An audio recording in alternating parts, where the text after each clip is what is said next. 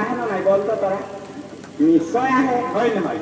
ইয়ার আগে বলে কাহা কাহা কিরকম হয়ে করে আইলি শুনতো তবে এখন বলছে বিষ্ণু পুরাণে বলে স্থাবরম বিংশতে লক্ষম জলজম নর লক্ষকম উমস্য দশ লক্ষম সদশ লক্ষম পশিনা চতুর্লক্ষম বানরা দ্বিলক্ষম বিংশ লক্ষম পশুনান্ত চতুর্লক্ষম বানরা দ্বিলক্ষম অর্ধ মানবা নাইকে চিম্পাঞ্জি হিতাহিত জ্ঞান শূন্যা তত মনুষ্যত্যং প্রাপ্য তত কর্মাণি সাধয়েত বলে করে বলা যাচ্ছে বিষ্ণু পুরাণে।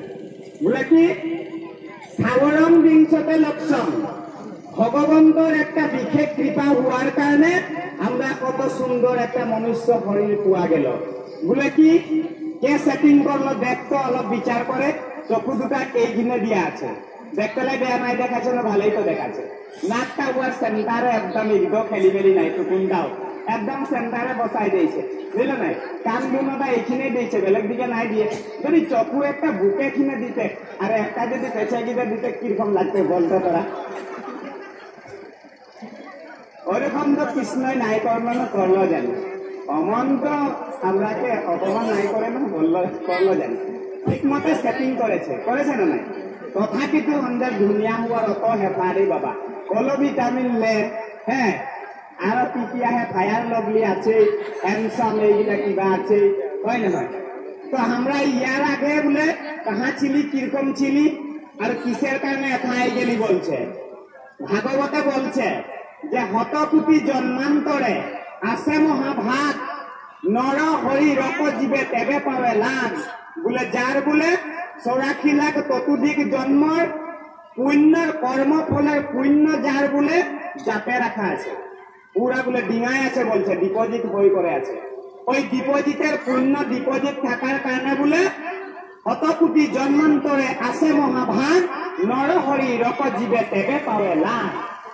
আতো যেবে মূর দায়া হইল তাক প্রতি এহি হে করিতে পারে আমাত ভকতি ও হরি ও রাম। বলে ভকতি করতে লাই সবাইকারে ভাগ্য নাই ভুলবে বলছে। আজি যে যেটা ভকতি ধর্ম, শ্রবণ কীর্তন মহাভক্তি ধর্ম, আমরা সবাই লোকে এই রাত্রিকালে নিয়েও গিয়েছে। ঠান্ডা তো ওটা বেলেগই আছে, ওটা তো বেলেগ ভ্যাকসন। তো এত ঠান্ডার মাধ্যমে মাঝে এই প্যান্ডেল বনাই করে খানা পুনা লেই করে সবকে চেংনা চুটিয়া লেই করে এটা আছে করে মহাভাগবত তাকে সাগরে ডুবে যাইছি আমরা। দেখতো আমরা তাহা সাতলে আছি বলছে, কবিতালে জুড়াতলে বলে মাইলি আইল, এই গিদেলে বলে কর্মকার আইলো, এই গিদেলে কেওট ভাব তো এখানে আছে বলছে, বেলেগ দূরে নাইছে। তো সবাই করে মিলে করে এই যে জ্ঞান যজ্ঞ বৈকুণ্ঠের সম্পত্তি বলছে, আজ তোদের আগে আসে করে গুরুজনাই দিয়ে দিল, সামনে বৈকুণ্ঠ সম্পত্তিটা আছে বলছে। বৈকুণ্ঠ যাবার কিসের দরকার, আজ তো দ্বিতীয় বৈকুণ্ঠ এটা বনাই দিলি তোরা। তো এই দ্বিতীয় বৈকুণ্ঠপুরী মহাভাগ্যবন্ত আপনা হবর পূর্ব জন্ম অন্য একদম পুরা ফিক্সড ডিপোজিট, LIC নহয়, পুরা ফিক্সড ডিপোজিট আসিলে তার কারণে তো ঠান্ডাত লৈ গাড়ী ঘোড়া তেল পুৰি যোৱাটৰ পৰা আমি আহি আপোনা হবৰ আগত চবচোন এতিয়া আমি সুন্দৰভাৱে প্ৰতিষ্ঠা হৈ আছো, ভগৱন্তৰ গুণ নাম লীলা কীৰ্তন কৰি আছো। মহাপুণ্য যিসকল লোকৰ আছে সেইসকলে আহিছে আজি, আৰু কাৰোবাক যদি চিঠি দি গুহাৰি দি হেণ্ডৰাইটিং জেৰক্স কৰি DPP কৰিও দিছে, সেইজন আহিব পৰা নাই বোলে ভুলটা কাহাই আছে বলছে। ভাগবতে বলছে বলে কি কোটি কোটি জন্মে আছে যার মহাপাপ ছয়, বলে কোটি কোটি জন্মে কৰি আছে পাহাড় পাপৰ পৰ্বত, বলে কোটি জন্মে কৰি আছে পাপৰ পৰ্বত। শুনবে ভাল কৰে কথাটা, সুলুক পাখি বলছে বলে কোটি জন্মে কৰি আছে পাপর পর্বত, আজুরন্তে নাহে নাম তাহার মুখত। কি বলছে কোটি কোটি জন্মে কি সকলে পাপ পর্বত রকম হয়ে আছে বলছে, পাহাড় রকম পর্বত হয়ে যাচ্ছে বলছে। কিরকম পাহাড় রকম পর্বত হয়ে আছে আমি এখানে টুকুনটা বলে দিব, এই কথাটা বলার পেছাই বলবো। বলে কোটি কোটি জন্মে যার পাপ বলে পাহাড় পর্বত রকম হয়ে আছে, ডিঙায় আছে বলছে। আজুর অন্তে নাহে নাম তাহার মুখ, ওর জিভাটা নিকলাই করে খাটার করাই দিবে, এরকম করালো। ওর নাম বলে রাম, রাম বলতে বললে কি বলবে? মরা বলবে। বলবে না বলবে রাম বলবে, রাম বলবে তুই মরবার হলি বলছে। বলে তাহাও রাম বলতে পারছে, মরা মরা বলছে তো মরবই বলছে আমি। আরো সময় বেশি সময় নাইকে বলছে। তিনটা আসতে করে বলে তো রেডি হয়েছে। তিনটা ভয়ঙ্কর জমদূত বলছে। ওর মুখে রাম নাম নাই উলাবে বলছে। আর রাম নাম শুনতে লাই মহাভাগ্য ও নাই পাবে বলছে। তার বিপরীতে কি বলল? কোটি কোটি জন্মে জিতু আরাধিয়া আছে হরি। কোটি জন্মে জিতু আরাধিয়া আছে হরি, তাহার মুখত নাম আখৈ হর হরি। বোলে যিজন কোটি কোটি জন্মে ভগবন্ত হরিকে যিজনে আৰাধনা কৰি আহি আছে, যাক ভগবন্ত যিজনে আগতো লিং আছিলে। আপোনালোকে জানি থব, আমি সমস্ত জনা সত্য যুগৰ জীৱ, কিন্তু এই কথাটো খাটাং হৈ আছে শাস্ত্ৰসন্মতে। আপোনালোকে সত্য যুগৰ প্ৰাণী আৰু ভগৱন্তৰ কৰ্ম তেতিয়াও কৰিছিলে, আমিও কৰিছিলো, মানি লওঁ এইটো। আপোনালোকো কৰিছিলে। যে কোটি কোটি জন্মে আৰাধিয়া আছে যিটো হৰি, তাহার মুখত নাম আহৈ হর হরি। তোদের মুখে হর হরি, উহার মুখে বলছে এর মুখত নাম হর হরি আছে থাকবে বলছে।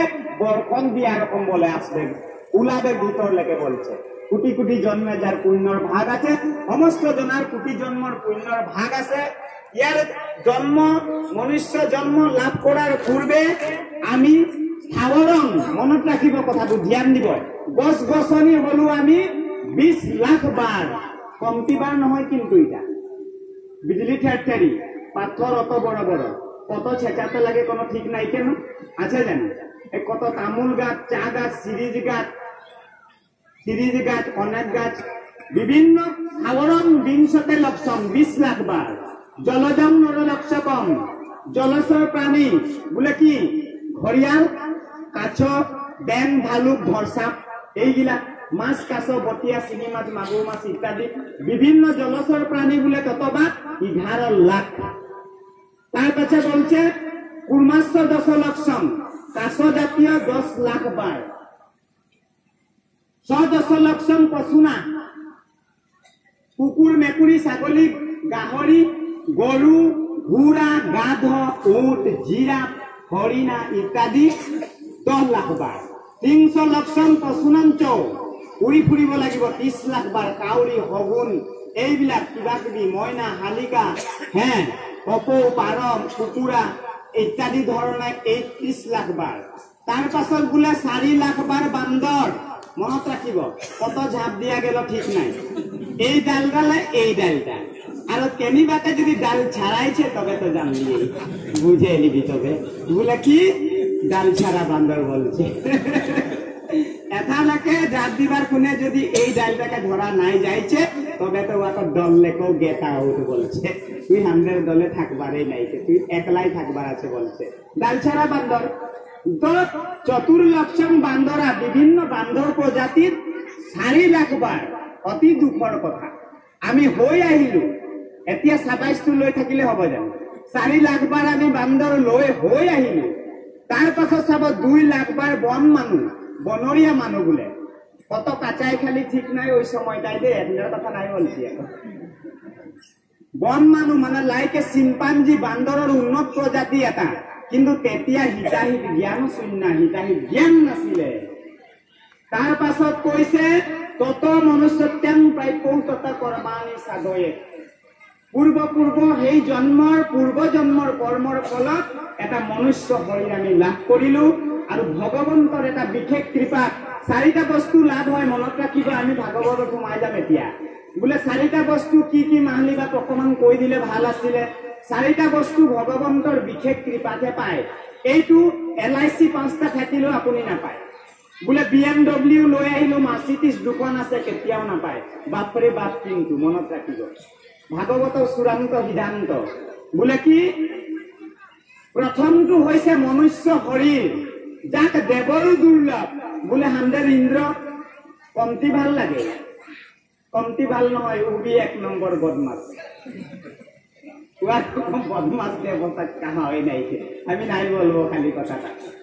তো দেৱতায়ো নেকি এই মনুষ্য শৰীৰটা নাই পাইছে বলতো এখন তো এত দামী শৰীৰ আমৰা হয় না মনুষ্য শৰীৰ ভগৱন্তৰ বিশেষ কৃপা ইয়াৰ আগত 84 লাখ জন্ম অতিক্ৰম কৰি হেখান্তত ভগৱন্তৰ বিশেষ কৃপা হোৱাৰ কাৰণে ভগৱন্তই দেখলো যে কত ঝাঁপ দিয়ে থাকবে ইয়াকে টুকুনা মানুষ জন্ম দিয়ে দিয়া যাক অলপমান নাম গুণ গিলা হলো লিয়ক আর পৃথিবীটা দেখে আসু কতদিন দিবি যা তত পাঠাই দিচ্ছি বলে 100 বছর দেরি করে পাঠাই দিলি 100 বছর দিল 50 বছর তো ঘুমাতে গেল লে তবে এখন 50 বছর তো ঘুমায়ে আমরা আদায় করলি বলছে না নাই বলছে অর্ধেক বিফলে যাই জানিবা নিদ্রা তো তারপরে বিশেষ কৃপাত ভগবন্তৰ বিশেষ কৃপাত সাধু হং ভকতৰ হং এই যে সাধু হং আমি কৰি আছো চকচোন বাপ সমস্ত আই সমস্ত জনা ইয়াত কি কৰি আছো আজি এই সাধুৰ হং বোলে মহা মহা ভাগ্যবন্ত পূৰ্ব পুণ্য কৰ্মৰ ফলতহে পুণ্যৰ ফলত সাধু হং পাব নহলে বাপৰে বাপ সাধু হং পোৱাৰ কিন্তু সৌভাগ্য কিন্তু বহুজনৰ উদয় নহয় মনত ৰাখিব আজি বহুজনক আমন্ত্ৰণ দিও উদ্যোক্তা সমিতিয়ে এই স্থানলৈ আনিব পৰা নাই বহু লোক আপোনাৰ আমাৰ মাজৰো বহু লোক আজি ইয়ালৈ আহিবলৈ সুবিধা নাপালে পালেনে বাৰু সঁচা কথা কৈছো না আমি নে মিছা কৈছো বাৰু তাৰ পাছত তৃতীয়টো চাব বোলে কি সুভাজ্যা আমৰা যাকে আমাদেৰ আইগৰাকী বলা যায় যাকে আমাদের আই অর্ধাঙ্গিনী বলা যায় ভাজ্যা বলা যায় অর্ধাঙ্গিনী বলা যায় যাকে সহজ ভাষায় পত্নী বলা যায় সুভাজ্যা ভগৱন্তৰ বিশেষ কৃপা কোনোবা পুৰুষৰ ওপৰত হৈ গলে সেইজন মহান পুৰুষে এগৰাকী সুভাজ্যা লাভ কৰিব বুলি কলে সেই সুভাজ্যা গৰাকীয়ে বাপজনক ভগৱন্তৰ দিশে যিগৰাকী আয়ে ঠেলি পঠিয়াব পাৰে বোলে ভাগৱতে নাই যাবি নেকি তোর এখন বহুত বকত দেখুন যাই আছে তুই কিসের নাই যাবি তুই গোড়া কি করবি আমার বদলি তবে ভাতটাকে রান যা আর ছানা গিলাকে খেলা তবে পারছি যদি আমি যাব তোর বদলি বলছে তবে উপায় নাই বাপজনে বলছে এগুলা কাম কে করে ভাত তরকারি এনেও রানতে দিকদার পায় তার বদলি নামঘর জুয়াই ঠিক আছে তো যি গৰাকী আহে বাপজনক ভগৱন্তৰ ফালে ধাৱমান কৰাই দিব পাৰে ভাগৱতমুখী কৰাই দিব পাৰে এই গৰাকী আইক সুভাজ্যা বুলি কোৱা গৈছে ভগৱন্তৰ কৃপাত সেইগৰাকী আই আপুনি লাভ কৰিছে বুলি নিশ্চয়কৈ জানিব তাৰ পাছত চতুৰ্থটো হৈছে সুপুত্ৰ আমাৰতো ঢেৰ পুত্ৰ পুত্ৰী আছে না নাই কথাটো অযুগুত কিন্তু অপ্ৰিয় হলেও সত্য আপোনালোকে ভুল হলে আমাক ক্ষমা কৰিব খালি নহলে নৰকত ডাইৰেক্ট হৰি হৰাম হৈ যায় সুপুত্ৰ বোলে লাভ হয় ভগৱন্তৰ বিশেষ কৃপা হলে নহলে ঢেৰ পুত্ৰ পুত্ৰী হব পাৰে বোলে ব্ৰিটিছাৰে কিনা যিগিলা বুঢ়া বুঢ়ীকে আনেছিল বোলে 1 দৰ্জন লে তবে 1 দৰ্জন বোলে পুত্ৰ পুত্ৰী ছানা পোনা হয় নে নহয় মিছা নহয় আমাদের ককারে 9টা বেটা বলছে আমাদের বাপে 5 নম্বরটা খালি আমাদের পেহি নাই তো চতুৰ্থটো সুপুত্ৰ লাভ কৰিবৰ বাবে ভগৱন্তৰ বিশেষ কৃপা হ'ব লাগে আমাৰ সমস্ত জনৰ পুত্ৰ পুত্ৰী সমস্ত আছে সুপুত্ৰ হয় নে নহয় প্ৰমাণ কৰি চাবৰ কাৰণে এটি সিদ্ধান্ত মহাভাগৱতে প্ৰেৰণ কৰিলে কথাটো অপ্ৰিয় হলেও আপোনালোকে বিচাৰ কৰিব পাৰে বিচাৰ কৰাটো অপৰাধ নাই নহয় জানো আমিতো বিচাৰ কৰিব লাগিব শাস্ত্ৰই যেতিয়ালৈকে কৈছে বোলে উত্তম পুত্ৰ অধম পুত্ৰ আৰু মধ্যম পুত্ৰ কৈ দিলে ঠিক আছে বিচাৰ কৰিব নালাগে সময়ও অকমান কম হৈ আহিছে আপোনালোকৰ প্ৰত্যেকৰে ডাঙৰ ডাঙৰ মোবাইল আছে নহয় আমাৰ ভিডিঅ'টোৰ পৰা আপোনালোকে লৈ ল'ব পাৰিব আপোনালোকে ডাইল কৰক অনুপম কিতাপৰ ডাইল কৰক ইউটিউবত আহি যাব তাত অধম পুত্ৰ মধ্যম পুত্ৰ আৰু উত্তম পুত্ৰৰ ব্যাখ্যাখিনি আমি তাত দাঙি ধৰা আছে মনত ৰাখিব অনুপম কিতাপৰ আমাৰ ফালে কিতাপৰ অনুপম কিতাপৰ লিখিব আহি যাব তাতে সুন্দৰকে উত্তম পুত্ৰ অধম পুত্ৰ মধ্যম পুত্ৰ তাত সন্নিবিষ্ট হৈ আছে ব্যাখ্যাত প্ৰকাশ ঘটিছে তাৰ পাছত আমি মহাভাগৱতলৈ আহিব পাৰো নে আই সমস্ত